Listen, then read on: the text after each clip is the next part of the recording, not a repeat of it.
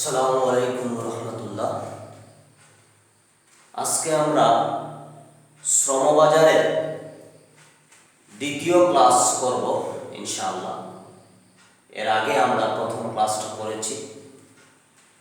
তো প্রথম ক্লাসে আর্থিক মজুরি, প্রকৃত মজুরি এ সমস্ত বিষয় নিয়ে আমরা আলোচনা করেছি। আজকে আমাদের আলোচনার বিষয় হচ্ছে শ্রমবাজারে শ্রমের চাহিদা। শ্রমের চাহিদা, demand of labour. Demand of labour, demand of labour, শ্রমের চাহিদা, ডিমান্ড অফ লেবার, শ্রমের চাহিদা। তো এখানে শ্রমবাজারে শ্রম শব্দটা নিয়ে আমরা গত ক্লাসে ইলাবোরেটলি আলোচনা করেছি। বাজার বলতে আমরা কি বুঝি? অর্থনীতিতে বাজার বলতে কোনো নির্দিষ্ট স্থানকে বোঝায় না, বরং বাজার হচ্ছে এমন একটি অবস্থা, এমন একটা পরিস্থিতি যেখানে ক্রেতা এবং বিক্রেতার উপস্থিতিতে দর কষাকষির মাধ্যমে পণ্য অথবা সেবা ক্রয় বিক্রয় হয়, সেটা হচ্ছে বাজার।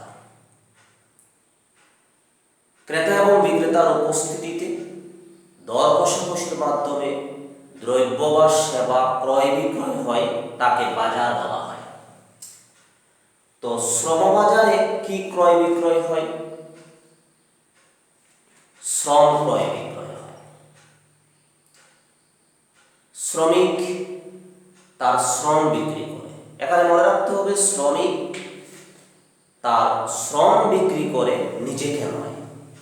শ্রমিক তার কি বিক্রি করে? শ্রম বিক্রি করে। তো শ্রমবাজারে শ্রমের চাহিদা আছে, শ্রমের যোগান আছে। শ্রমের চাহিদা কারা সৃষ্টি করে? শ্রমবাজারে শ্রমের চাহিদা সৃষ্টি করে উৎপাদনকারী প্রতিষ্ঠান বা মালিক কর্তৃপক্ষ। শ্রমিক কি সৃষ্টি করে? শ্রমিক শ্রমের যোগান সৃষ্টি করে। যেমন একটা পত্রিকা মনে করো আজকে বিজ্ঞাপন দিল যে একটা কোম্পানিতে 10 জন শ্রমিক নিয়োগ করা হবে 5,000 টাকা বেতনে। 10 জন শ্রমিক নিয়োগ করা হবে 5,000 টাকা বেতনে। দেখা গেল ওই দিন ইন্টারভিউ দিতে বা কাজ করতে 50 জন শ্রমিক গেল।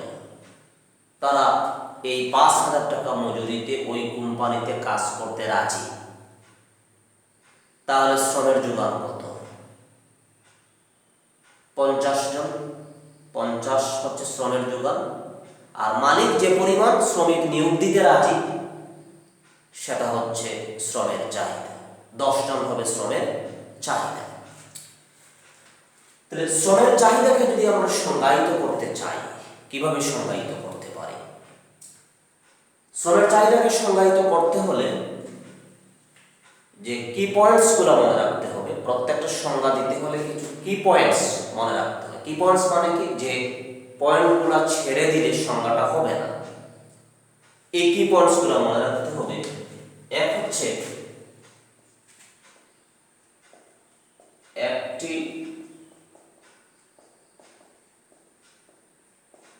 নির্দিষ্ট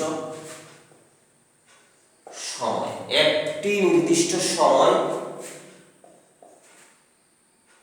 একটি নির্দিষ্ট মজুরি। একটি নির্দিষ্ট সময়, একটি নির্দিষ্ট মজুরিতে উৎপাদনকারী প্রতিষ্ঠান উৎপাদনকারী প্রতিষ্ঠান অথবা মালিক কর্তৃপক্ষ, উৎপাদনকারী প্রতিষ্ঠান বা মালিক কর্তৃপক্ষ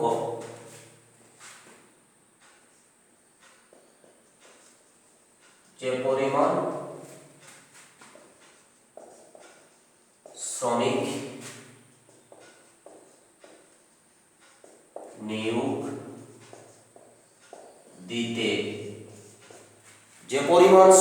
নিয়োগ দিতে রাজি থাকে অথবা প্রস্তুত থাকে, উৎপাদনকারী প্রতিষ্ঠান যে পরিমাণ শ্রমিক নিয়োগ দিতে রাজি থাকে তাকে শ্রমের চাহিদা বলা হয়। তাহলে একটি নির্দিষ্ট সময় এবং একটি নির্দিষ্ট মজুরিতে উৎপাদনকারী প্রতিষ্ঠান যে পরিমাণ শ্রমিক নিয়োগ দিতে রাজি থাকে বা প্রস্তুত থাকে তাকে শ্রমের চাহিদা বলা হয়। তাহলে শ্রমের চাহিদা কারা সৃষ্টি করল? উৎপাদনকারী প্রতিষ্ঠান বা মালিক কর্তৃপক্ষ শ্রমের চাহিদা সৃষ্টি করে তাকে শ্রমবাজারে মালিক কর্তৃপক্ষ বা উৎপাদনকারী প্রতিষ্ঠান শ্রমের চাহিদা সৃষ্টি করে থাকে। তাহলে আমরা শ্রমের চাহিদাকে সংজ্ঞায়িত করলাম। শ্রমের চাহিদা, এখন এই শ্রমের চাহিদা কার উপর নির্ভরশীল? তো অর্থনীতিতে একটা চলক বিভিন্ন চলকের উপর নির্ভরশীল হতে পারে। যেমন আমরা চাহিদা বিধিতে যখন পড়েছি আমরা দেখেছি যে একটা দ্রব্যের চাহিদা, তার নিজস্ব দাম, বিকল্প দ্রব্যের দাম, পরিপূরক দ্রব্যের দাম, ভোক্তার আয়, রুচি, অভ্যাস, আবহাওয়া, জলবায়ু, কর, ভর্তুকি ইত্যাদি বিভিন্ন বিষয়ের উপর নির্ভর করেছে। তো আমরা চাহিদা বিধি যখন ব্যাখ্যা করি তখন দাম দিয়ে বিধিটা ব্যাখ্যা করেছি, দ্রব্যের নিজস্ব দাম দিয়ে। দামের উপর চাহিদা বেশি নির্ভর করে দাম দিয়ে চাহিদা বিধি ব্যাখ্যা করেছি। ঠিক একইভাবে শ্রমের চাহিদা বিভিন্ন জিনিসের উপর নির্ভর করে। তো আমরা সবচেয়ে বেশি নির্ভরশীল যার উপর সেটা হচ্ছে মজুরি। মজুরির ভিত্তিতে আমরা শ্রমের চাহিদাকে ব্যাখ্যা করব। তো শ্রমের চাহিদা আমরা সংক্ষেপে ডিএল দ্বারা প্রকাশ করতে পারি। DL, demand of labour. শ্রমের চাহিদা নির্ভর করে ফাংশন অফ ডব্লিউ, মজুরির উপরে। এই মজুরিটা হচ্ছে ডব্লিউ, আর্থিক মজুরি, নমিনাল ওয়েজেস। এটাকে আমরা এভাবে লিখতে পারি, DL is equal to function of W by, যেটা গত ক্লাসে আমরা আলোচনা করেছি। ডব্লিউ বাই পি মানে প্রকৃত মজুরি। আর্থিক মজুরিকে দাম স্তর দ্বারা ভাগ করে যে মান পাওয়া যায় তাকে প্রকৃত মজুরি বলা হয়। তাহলে শ্রমের চাহিদা আর্থিক মজুরি বা প্রকৃত মজুরির উপর নির্ভরশীল। এখানে আমরা এর আগে এগুলো পড়েছি যে এটা একটা সমীকরণ। এই সমীকরণের ডান দিকে সাধারণত স্বাধীন চলক থাকে আর বাম দিকে অধীন চলক থাকে। স্বাধীন চলক হিসেবে এখানে মজুরি রয়েছে, অধীন চলক হিসেবে শ্রমের চাহিদা রয়েছে। তো এখন যদি মজুরি বৃদ্ধি করা হয়, মজুরি বৃদ্ধি করলে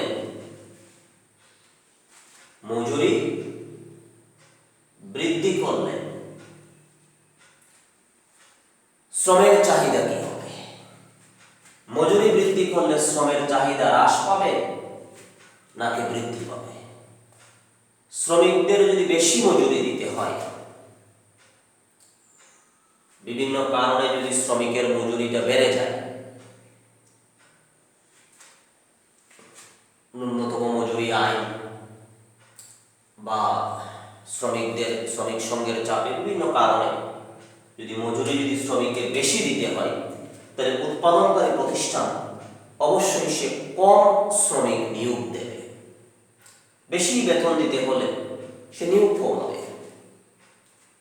তো নিয়োগ কমাবে মানে শ্রমের চাহিদা কি হয়ে গেল? হ্রাস পেল। মজুরি বৃদ্ধি করলে শ্রমের চাহিদা হ্রাস পায়। আবার মজুরি যদি কম দিয়ে শ্রমিক পাওয়া যায়, কম বেতনে যদি শ্রমিক পাওয়া যায়, তো সে ইচ্ছে করলে বেশি শ্রমিক নিয়োগ দিতে পারে তার উৎপাদন বাড়ানোর জন্য, মুনাফা বাড়ানোর জন্য। তখন সে পরিকল্পনা এভাবে করতে পারে যে আমি আরো বেশি কি করবো, শ্রমিক নিয়োগ দিব। তো মজুরি কমালে শ্রমের চাহিদাটা কি হয়ে গেল, বৃদ্ধি পেল। আমরা দেখলাম মজুরি বৃদ্ধি করলে শ্রমের চাহিদা হ্রাস পায়, মজুরি হ্রাস করলে শ্রমের চাহিদা বৃদ্ধি পায়। এই যে সম্পর্কটাকে আমরা কি বলবো, একটি চলকের মান যদি বাড়ে অপর চলকের মান যদি কমে, এটাকে আমরা বলি বিপরীত সম্পর্ক, ইনভার্স রিলেশন অথবা পরোক্ষ সম্পর্ক। মজুরির সাথে শ্রমের চাহিদা পরোক্ষ সম্পর্ক, এটাকে আমরা এভাবে লিখতে পারি D DL divided by D W. এখানে এই ডি ব্যবহার করেছি অর্থনীতিতে, ডেল ডি, এই ডেল, এই চিহ্নগুলো দ্বারা পরিবর্তন নির্দেশিত হয়। ডেল মানে পরিবর্তন, এটা ডি, এটাও ডেল, এটা স্থূল পরিবর্তনের ক্ষেত্রে ব্যবহৃত হয়, এটা আংশিক পরিবর্তনে ব্যবহৃত হয়। তো এই গুলা দ্বারা আমরা পরিবর্তন প্রকাশ করি। পরিবর্তনের সূত্র আছে, এটা আমরা প্রথম দিকের ক্লাসে, কলেজের ক্লাসগুলোতে আমরা আলোচনা করেছি। পরিবর্তন ইজ ইকুয়াল টু পরবর্তী বিয়োগ পূর্ববর্তী, পরের অবস্থা বিয়োগ আগের অবস্থা, পরিবর্তন। এখানে ডি মানে পরিবর্তন। তো আমরা যখন এটা লিখি তখন উপরে যেটা লিখি সেটা হচ্ছে অধীন চলকের পরিবর্তন, লবে যেটা লিখি সেটা হচ্ছে অধীন চলকের পরিবর্তন, আর হরে যেটা লিখি এটা হচ্ছে স্বাধীন চলকের পরিবর্তন। এই যে অধীন চলক ডিএল, শ্রমের চাহিদা, শ্রমের চাহিদার পরিবর্তন। মজুরি এটা হচ্ছে স্বাধীন চলক, স্বাধীন চলকের কি পরিবর্তন, ডিফারেন্স এর ডি পরিবর্তন। তো এই পরিবর্তন হতে পারে তিন রকম। পরিবর্তন হতে পারে প্লাস, পরিবর্তনের মান যদি আমরা প্লাস পাই তাহলে আমরা কি জানি, পরিবর্তনের মান প্লাস হলে বুঝতে হবে চলকের মান বৃদ্ধি পেয়েছে। পরিবর্তনের মান প্লাস হলে বুঝতে হবে চলকের মান বৃদ্ধি পেয়েছে। পরিবর্তনের মান যদি মাইনাস হয় বুঝতে হবে চলকের মান কি হয়েছে, হ্রাস পেয়েছে। পরিবর্তনের মান যদি শূন্য হয় বুঝতে হবে চলকের মান কি রয়েছে, স্থির রয়েছে। এগুলো নিয়ে আমরা বিশদ আলোচনা করেছি বিগত ক্লাসগুলোতে। তো যাক, আমরা এই মজুরি বৃদ্ধি পেল, তো মজুরি যদি বৃদ্ধি পায়, তো এই যে মজুরির পরিবর্তন কি হবে, বৃদ্ধি পেলে প্লাস হবে, প্লাস।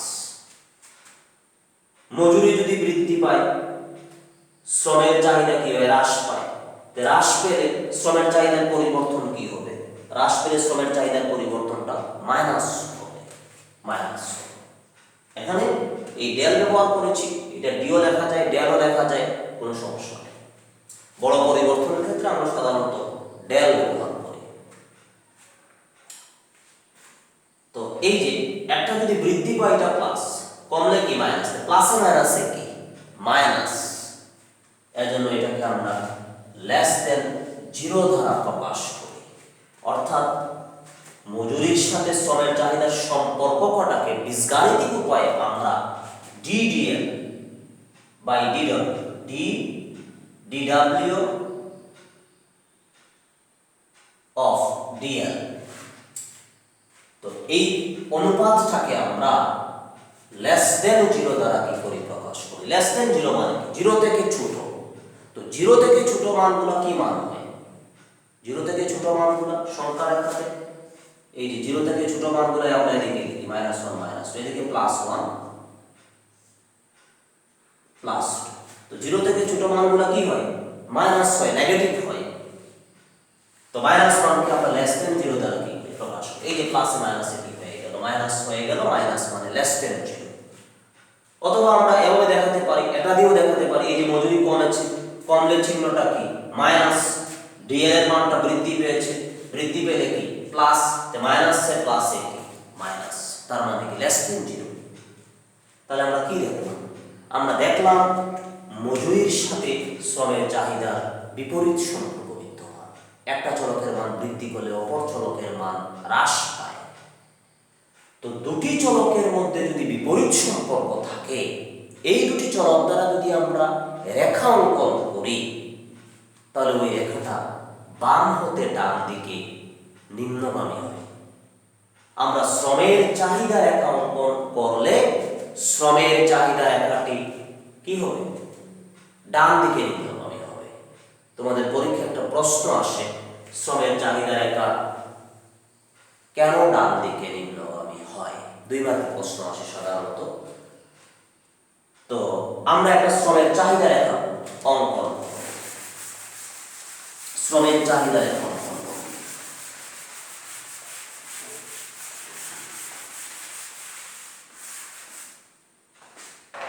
আমরা জানি একটি রেখা অঙ্কন করতে হলে ভূমি অক্ষ লাগে, লম্ব অক্ষ লাগে। ভূমি বরাবর যে রেখা তাকে ভূমি অক্ষ বলা হয়, লম্ব বরাবর যে রেখা তাকে লম্ব অক্ষ বলা হয়। তো ভূমি অক্ষে আমরা শ্রমের চাহিদা রেখা অঙ্কন করতে হলে ভূমি অক্ষে শ্রমের চাহিদার পরিমাণ ধরতে হবে, ডিএল, শ্রমের চাহিদার পরিমাণ।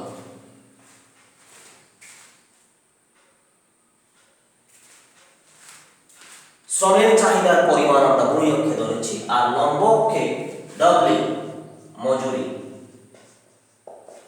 লম্ব অক্ষে মজুরি, আর ভূমি অক্ষে শ্রমের চাহিদার পরিমাণ।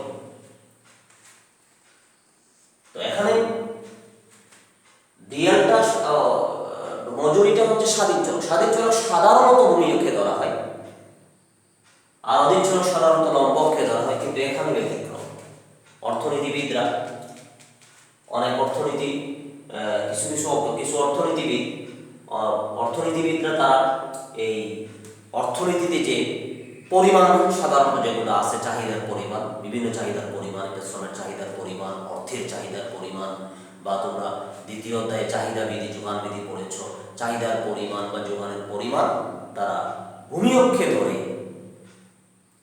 বিষয়গুলোর বিশ্লেষণ করেছে। তো এই কারণে আমরা এইটাকে কোথায় ধরতে হবে, শ্রমের চাহিদার পরিমাণটা ভূমি অক্ষে ধরতে হবে, এটা মনে রাখতে হবে। আর মজুরিকে আমরা কোথায় ধরেছি, মজুরি স্বাধীন চলক, এটা ভূমি অক্ষে না ধরে আমরা কোথায় ধরেছি, লম্ব অক্ষে ধরেছি, এইটা মনে রাখতে হবে। মজুরি লম্ব অক্ষে, শ্রমের চাহিদার পরিমাণটা ভূমি অক্ষে। এখন রেখাটা ডান দিকে কি হবে, নিম্নগামী হবে। শ্রমের চাহিদা রেখাটা ডান দিকে কি হবে, নিম্নগামী হবে।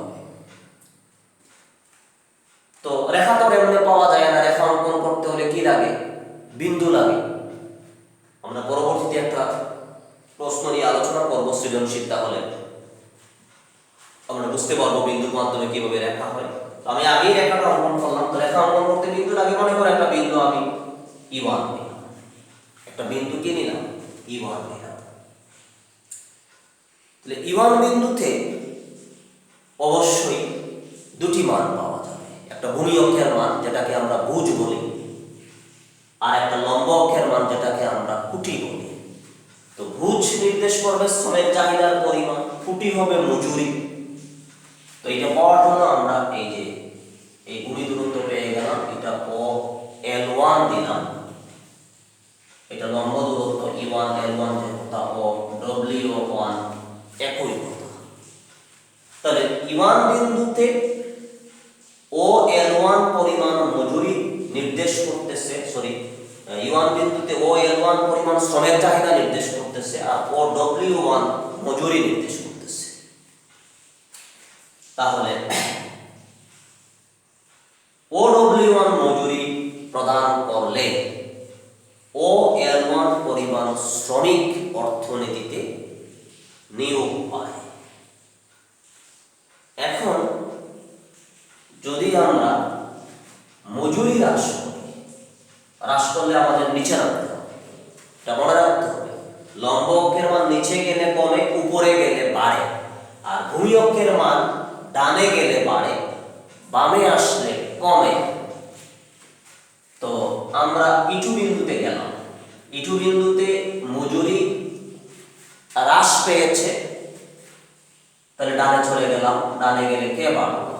শ্রমের চাহিদা বৃদ্ধি পেল।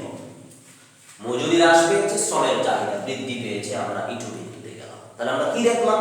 E1 হতে ইটু বিন্দুতে গেলে মজুরি হ্রাস পায়, শ্রমের চাহিদা বৃদ্ধি পায়। কি সম্পর্ক? বিপরীত সম্পর্ক। কেন? একটা কমেছে, অন্যটার মান বৃদ্ধি পেয়েছে। দুটি চলকের মধ্যে বিপরীত সম্পর্ক। দুটি চলক বলতে কি? মজুরির সাথে শ্রমের চাহিদার বিপরীত সম্পর্ক হওয়ার কারণে শ্রমের চাহিদা রেখাটা ডান দিকে নিম্নগামী হয়েছে। আর আমরা জানি ডান দিকে নিম্নগামী রেখার ঢাল কি হয়? ঋণাত্মক হয়। ঢাল ঋণাত্মক হওয়ার কারণে রেখাটা ডান দিকে কি হয়ে থাকে? নিম্নগামী হয়ে থাকে। তাহলে পরীক্ষায় যদি প্রশ্ন আসে শ্রমের চাহিদা রেখা বলতে কি বোঝায়, আমরা বলবো যে চাহিদা রেখার প্রতিটি বিন্দু মজুরির সাথে শ্রমের চাহিদার সম্পর্ক দেখায়, তাকে শ্রমের চাহিদা রেখা বলে। যে রেখার প্রতিটি বিন্দু কার সাথে? কার? মজুরির সাথে শ্রমের চাহিদার সম্পর্ক দেখায়, বিপরীত সম্পর্ক দেখায়। এইটার নাম হচ্ছে শ্রমের চাহিদা রেখা। শ্রমের চাহিদা রেখাতে একটি চলকের মান হ্রাস করলে, মজুরি হ্রাস করলে শ্রমের চাহিদা বৃদ্ধি পায়, অথবা মজুরি বৃদ্ধি করলে শ্রমের চাহিদা হ্রাস পায়। শ্রমের চাহিদা রেখাটা আমরা অঙ্কন করলাম। এবার শ্রমের চাহিদা সমীকরণ নিয়ে আমরা আলোচনা। শ্রমের চাহিদা সমীকরণ। শ্রমের চাহিদা সমীকরণ। শ্রমের চাহিদা সমীকরণ। শ্রমের চাহিদা সমীকরণ মানে কি? যে সমীকরণটা মজুরির সাথে শ্রমের চাহিদার সম্পর্ক দেখায় তাকে শ্রমের চাহিদা সমীকরণ বলে। যে সমীকরণ মজুরির সাথে শ্রমের চাহিদার সম্পর্ক দেখায় তাকে শ্রমের চাহিদা সমীকরণ বলা হয়। শ্রমের চাহিদা সমীকরণের সাধারণ রূপ হচ্ছে, শ্রমের চাহিদা সমীকরণের সাধারণ রূপ DL is equal to A minus B W. DL, demand of labor, is equal to A minus B W. শ্রমের চাহিদা সমীকরণে দুটি চলক রয়েছে। একটি হচ্ছে W, আর্থিক মজুরি, আর একটা হচ্ছে DL, শ্রমের চাহিদার পরিমাণ। এই দুইটা চলক রয়েছে। কয়টা চলক? দুইটা চলক। এখানে W আর্থিক মজুরি, এটা স্বাধীন চলক। DL শ্রমের চাহিদার পরিমাণ, এটি অধীন চলক। দুটি চলক রয়েছে। A এবং B এই দুইটা হচ্ছে প্যারামিটার। আমরা জানি প্যারামিটার বলতে আমরা কি বুঝি? স্থির সংখ্যা কিংবা সহগকে যখন আমরা প্রতীকের মাধ্যমে প্রকাশ করি তখন তাকে প্যারামিটার বা পরামিতি বলা হয়। প্যারামিটার বা পরামিতি এক ধরনের স্থির সংখ্যা। একটি নির্দিষ্ট সমীকরণে সেটি স্থির থাকে, অন্য কোনো সমীকরণে পরিবর্তন হতে পারে। তো এ বি হচ্ছে প্যারামিটার। এটা আমরা কিভাবে পেতে পারি? W এর মান যদি আমরা 0 বসাই তাহলে এটা 0 হয়ে গেল। DL এর মান A, এর মানে স্বাধীন চলকের মান 0 ধরে অধীন চলকের যে মান পাই তার নাম হচ্ছে স্বয়ংভূত। তাহলে এটা হবে স্বয়ংভূত শ্রমের চাহিদা। এই বিটা ডালের সাথে রিলেটেড, যেহেতু এটা সহগ সহগ মানে কি? এই যে চলকের সাথে যে স্থির সংখ্যা গুণ আকারে যুক্ত থাকে তাকে সহগ বলে, কোএফিসিয়েন্ট বলে। তো এর সামনে মাইনাস আছে, মাইনাস কেন? কারণ শ্রমের চাহিদা রেখার ডাল কি? ঋণাত্মক। একটু আগে আমরা দেখেছি ডান দিকে নিম্নগামী রেখা হয়েছে, ডান দিকে নিম্নগামী রেখার ডাল ঋণাত্মক। এই ডাল ঋণাত্মক হওয়ার জন্য এর সামনে আমরা মাইনাস চিহ্ন ব্যবহার করেছি। তো এই হচ্ছে আমাদের শ্রমের চাহিদা সমীকরণ। শ্রমের চাহিদা সমীকরণটা আমরা বুঝলাম। তো এখানে বিভিন্ন ধরনের উদ্দীপক আসতে পারে পরীক্ষায় শ্রমের চাহিদার সমীকরণ বের করার জন্য। তো আমরা একটা উদ্দীপক নিচ্ছি।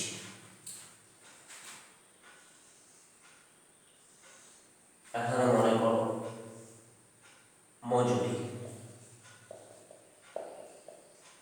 মজুরি ডব্লিউ, আর এখানে শ্রমের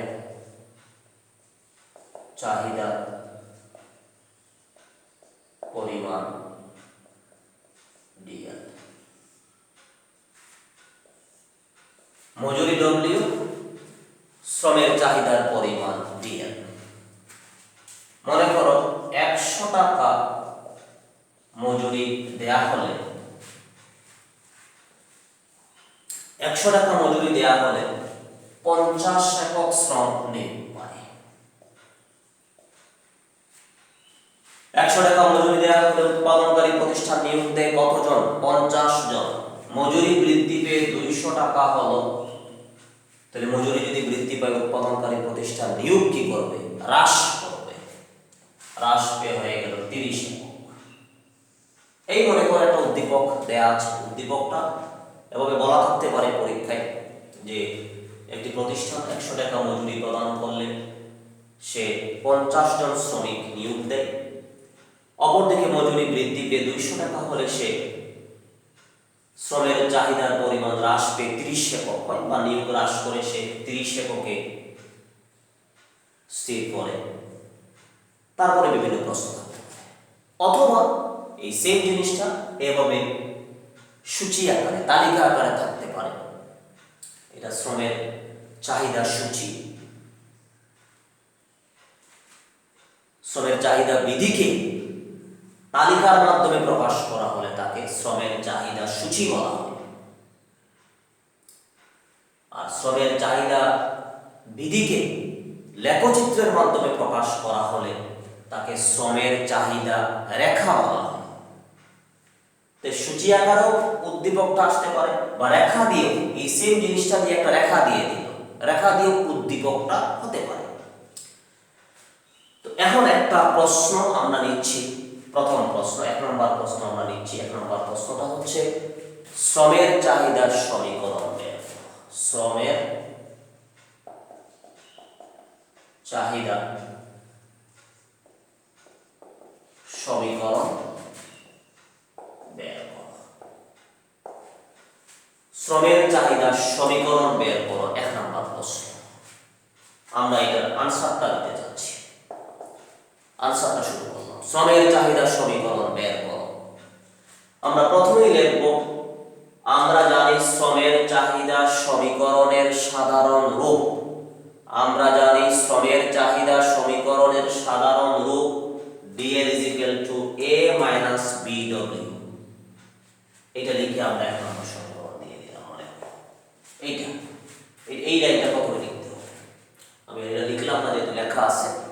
প্রথমে কি লিখতে হবে? আমরা জানি শ্রমের চাহিদা সমীকরণের সাধারণ রূপ DL = A - BW। 1 নম্বর সমীকরণ দিয়ে দিলাম। তারপর আমরা লিখব, দেয়া আছে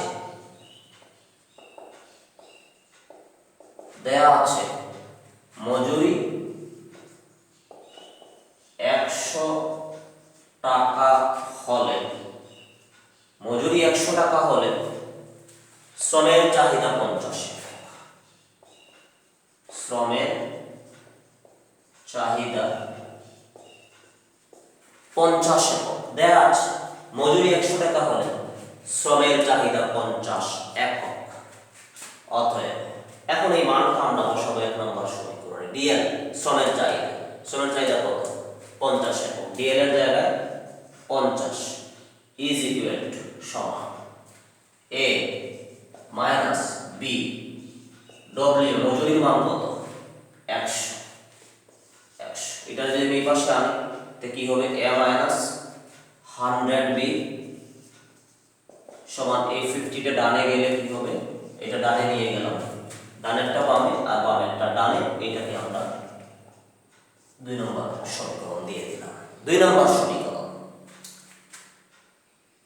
প্রশ্নে প্রদত্ত তথ্যের ভিত্তিতে আমরা একটা সমীকরণ তৈরি করলাম। তারপরে আবার দেয়া আছে, মজুরি 200 টাকা হলে মজুরি 200 টাকা হলে শ্রমের চাহিদার পরিমাণ বা শ্রমের চাহিদা কত 30 একক। মজুরি 200 টাকা হলে শ্রমের চাহিদা 30 একক। তো এটার ভিত্তিতে আমরা আরেকটা সমীকরণ লিখব। এইটি ডিএল এর জায়গায় কত শ্রমের চাহিদা 30 একক, 30 লাখ সমান এ মাইনাস কত বি ইনটু এই ডব্লিউ এর জায়গায় কত মজুরি 200 অতএব A minus 200 B is equal to কত, এই 30 গেল এই পাশে, এটা কয় নম্বর সমীকরণ 3 নম্বর সমীকরণ। তো প্রশ্নে প্রদত্ত তথ্যের ভিত্তিতে বা তালিকা থেকে আমরা দুইটা সমীকরণ তৈরি করব। a - 100b = 50 এইটার ভিত্তিতে, আর এই তথ্যের ভিত্তিতে a - 200b = 30 3 নম্বর সমীকরণ। এই দুইটা সমীকরণ ক্যালকুলেশন করে, এটাকে সহ সমীকরণ বলা হয়। একাধিক সমীকরণের উপস্থিতিকে সহ সমীকরণ বলা হয়। সহ সমীকরণের সমাধান তোমরা 9 10 পড়ে আসছো বিভিন্ন পদ্ধতিতে, প্রতিস্থাপন পদ্ধতি, অপনয়ন পদ্ধতি, বর্জগণন পদ্ধতি, নির্ণায়ক পদ্ধতি, যে কোনো একটা পদ্ধতিতে আমরা সমাধান করতে পারি। তো আমরা সহজ একটা পদ্ধতি, আমরা যেমন এখানে সহগ দেখো এর মিল আছে, তো মিল থাকলে আমরা একটা ক্যান্সেল করতে পারি। প্যারামিটার এটা যদি আমরা ক্যান্সেল করতে পারি যোগ অথবা বিয়োগ করে, তাহলে বির মান বের হবে। বির মান বের হলে এই মানটা যে কোনো সমীকরণে বসিয়ে এর মানও পাওয়া যাবে। তো দেখো তোমরা এটা ক্যান্সেল করতে হলে কি করতে হবে, যোগ করলে কি ক্যান্সেল হবে না, a 2a হয়ে যাবে। বিয়োগ যদি করি a ক্যান্সেল হয়ে কার মান বের হবে, b এর মান। তাই আমরা লিখব 1 নং হতে 2 নং সমীকরণ, 2 নং হতে 3 নং সমীকরণ বিয়োগ করে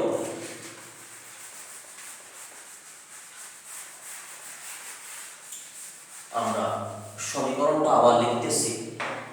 এই যে a - 100b = 50, তারপর এটা লিখো a - 200b = কত 30। আমরা বিয়োগ করব, বিয়োগ করলে এটা ক্যান্সেল হয়ে গেল, এটা প্লাস এটা মাইনাস হলে ক্যান্সেল হয়ে গেল, এই মাইনাসটা হয়ে যাবে প্লাস। 200টা বি তাকে 100টা বি গেলে কয়টা বি 100, এটা প্লাস বড় সংখ্যার সাইন এখানে বসলো। এখানে যদি বিয়োগ করি 50 থেকে 30 গেলে কত 20 বিয়োগ হবে, এটা প্লাসটা মাইনাস হয়ে যাবে, তাহলে একটা প্লাস একটা মাইনাস হলে বিয়োগ করতে হয়। 50 থেকে 30 গেলে কত 20, বড় সংখ্যার সাইন বসবে, বড় সংখ্যার সাইন প্লাস, এই যে প্লাস বসলো। কি দাঁড়ালো এটা,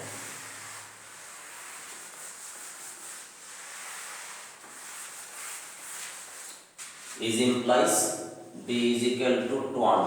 এই যে গুণ সম্পর্ক, গুণ সম্পর্ক ডানে গেলে কোথায় যাবে, উপরেরটা নিচে চলে যাবে, পরে যাবে 100।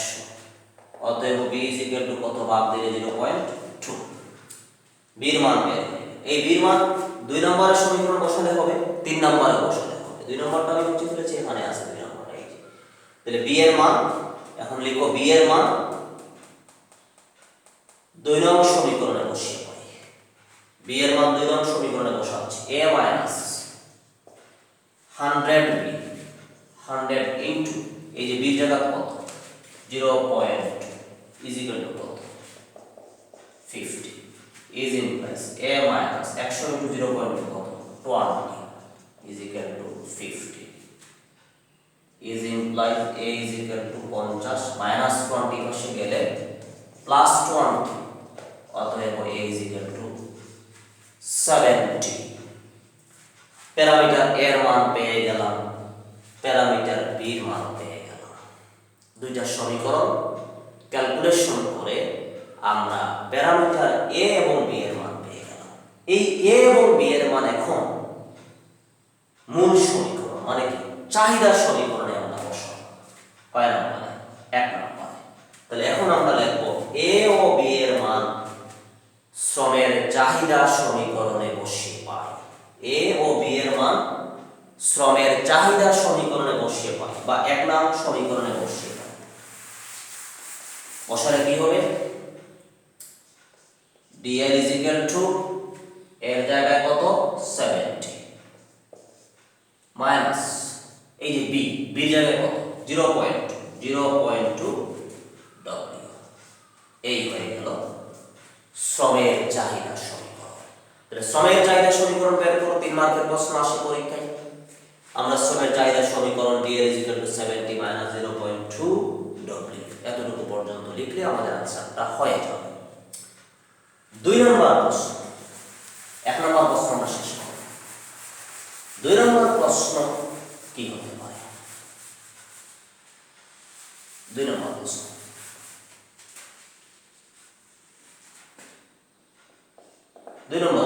এরকম সমীকরণ দেয়া থাকতে পারে পরীক্ষায় ডাইরেক্ট সমীকরণ নৈবতিকে সাধারণত এই ধরনের প্রশ্ন থাকে অথবা এই ধরনের সমীকরণ বের করো তারপরে প্রশ্ন আসতে পারে এভাবে 2 নম্বর প্রশ্নটা হচ্ছে মজুরি শূন্য হলে বিনা মজুরিতে শ্রমের চাহিদার পরিমাণ কত শ্রমের চাহিদা মজুরি শূন্য হলে শ্রমের চাহিদা কত বা শ্রমের চাহিদা বের কত মজুরি শূন্য হলে মজুরি যদি দেয়া না হয় বিনা মজুরিতে শ্রমের চাহিদা কত এইটার আনসারটা কি হবে আমরা লিখব এখানে শ্রমের চাহিদা সমীকরণ dl is equal to 70 minus 0.2 w এখানে শ্রমের চাহিদা সমীকরণ যেটা আমরা বের করেছি dl is equal to 70 minus 0.2 w এখন তোমাকে বলেছে মজুরি শূন্য মজুরি কি মজুরি হচ্ছে w ওয়েজেস এই w এর মানটা যদি আমরা শূন্য বসাই তাহলে কার মান পাবো শ্রমের চাহিদা মানে dl এর মান তাহলে দেখো এখন মজুরি w is equal to 0 হলে মজুরি w is equal to 0 হলে এই যে dl মানে কি শ্রমের চাহিদা dl is equal to 70 minus 0.2 into কত এই যে w এর জায়গাতে আমরা শূন্য বসাবো তাহলে 0.2 দিয়ে শূন্য দিয়ে গুণ করলে শূন্য হয়ে যাবে 70 থেকে শূন্য গেলে কত 70 অতএব dl is equal to 70 তাহলে মজুরি শূন্য হলে শ্রমের চাহিদা কত মজুরি শূন্য হলে শ্রমের চাহিদা 70 একক এইটা হচ্ছে আমাদের আনসার 2 নম্বর প্রশ্ন এবার আসো 3 নম্বর প্রশ্ন 3 নম্বর প্রশ্ন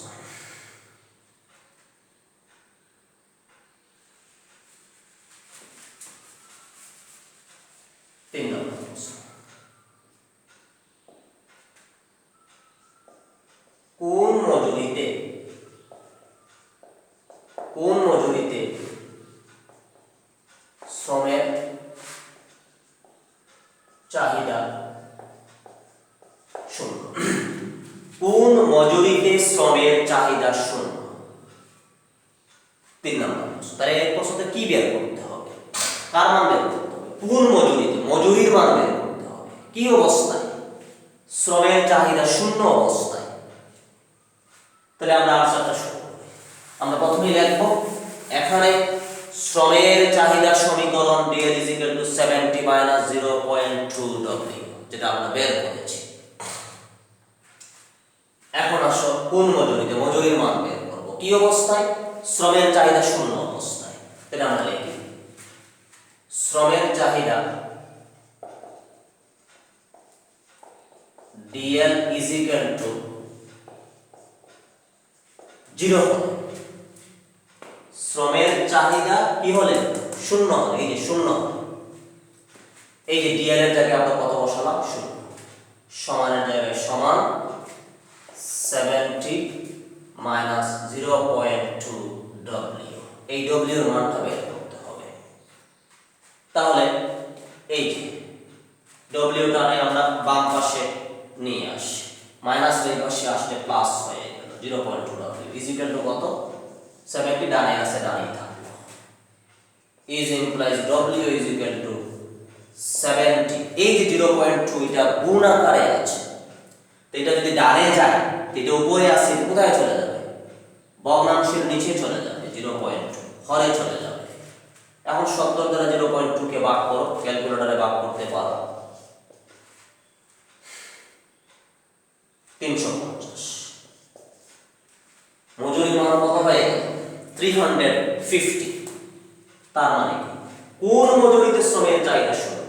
মজুরি 350 টাকা হলে শ্রমের চাহিদা কত হবে? শূন্য হবে।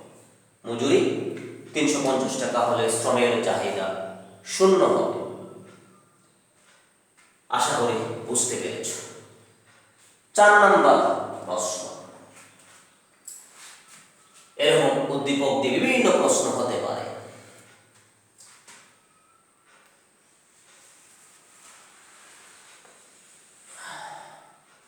4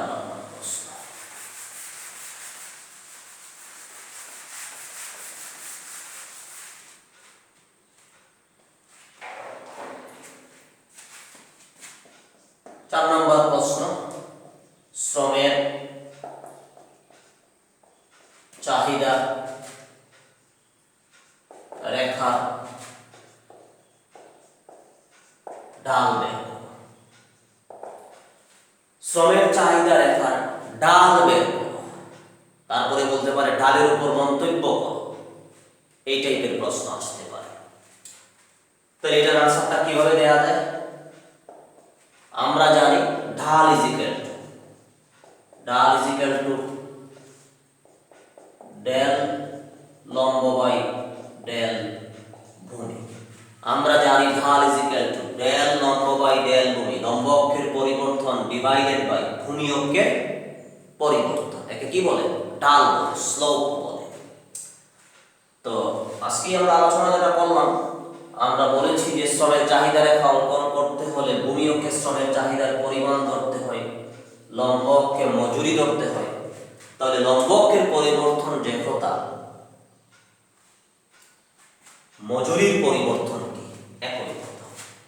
আমরা এটাকে লিখতে পারি ডাল ইজ ইকুয়াল টু ডেল, এই লম্বের জায়গায় কি লিখতে পারি? ডেল ডব্লিউ, মজুরির পরিবর্তন। আর ভূমি অক্ষে আমরা কোন চলক ধরেছি? শ্রমের চাহিদা। তাহলে ভূমি অক্ষের পরিবর্তন যে কথা, শ্রমের চাহিদার পরিবর্তন কি? একই কথা। পরিবর্তন বের করার সূত্র কি? পরবর্তী বিয়োগ পূর্ববর্তী। ডেল ডব্লিউ মানে মজুরির পরিবর্তন, মজুরির পরিবর্তন। পরবর্তী কত? 200। 200 বিয়োগ কত? 100। 200 বিয়োগ 100। তারপরে শ্রমের চাহিদার পরিবর্তন, পরবর্তী শ্রমের চাহিদা কত? 30 একক। তাহলে পরবর্তী হচ্ছে 30 বিয়োগ কত?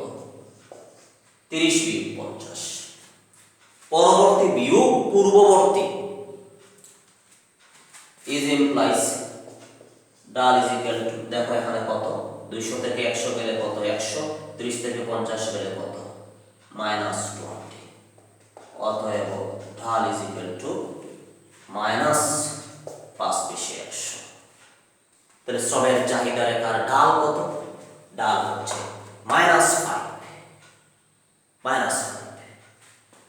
শ্রমের চাহিদা রেখার ঢালটা কি হয়েছে? ঋণাত্মক বের হয়েছে। ঢালটা কি হয়েছে? ঋণাত্মক, মানে লেস দেন 0।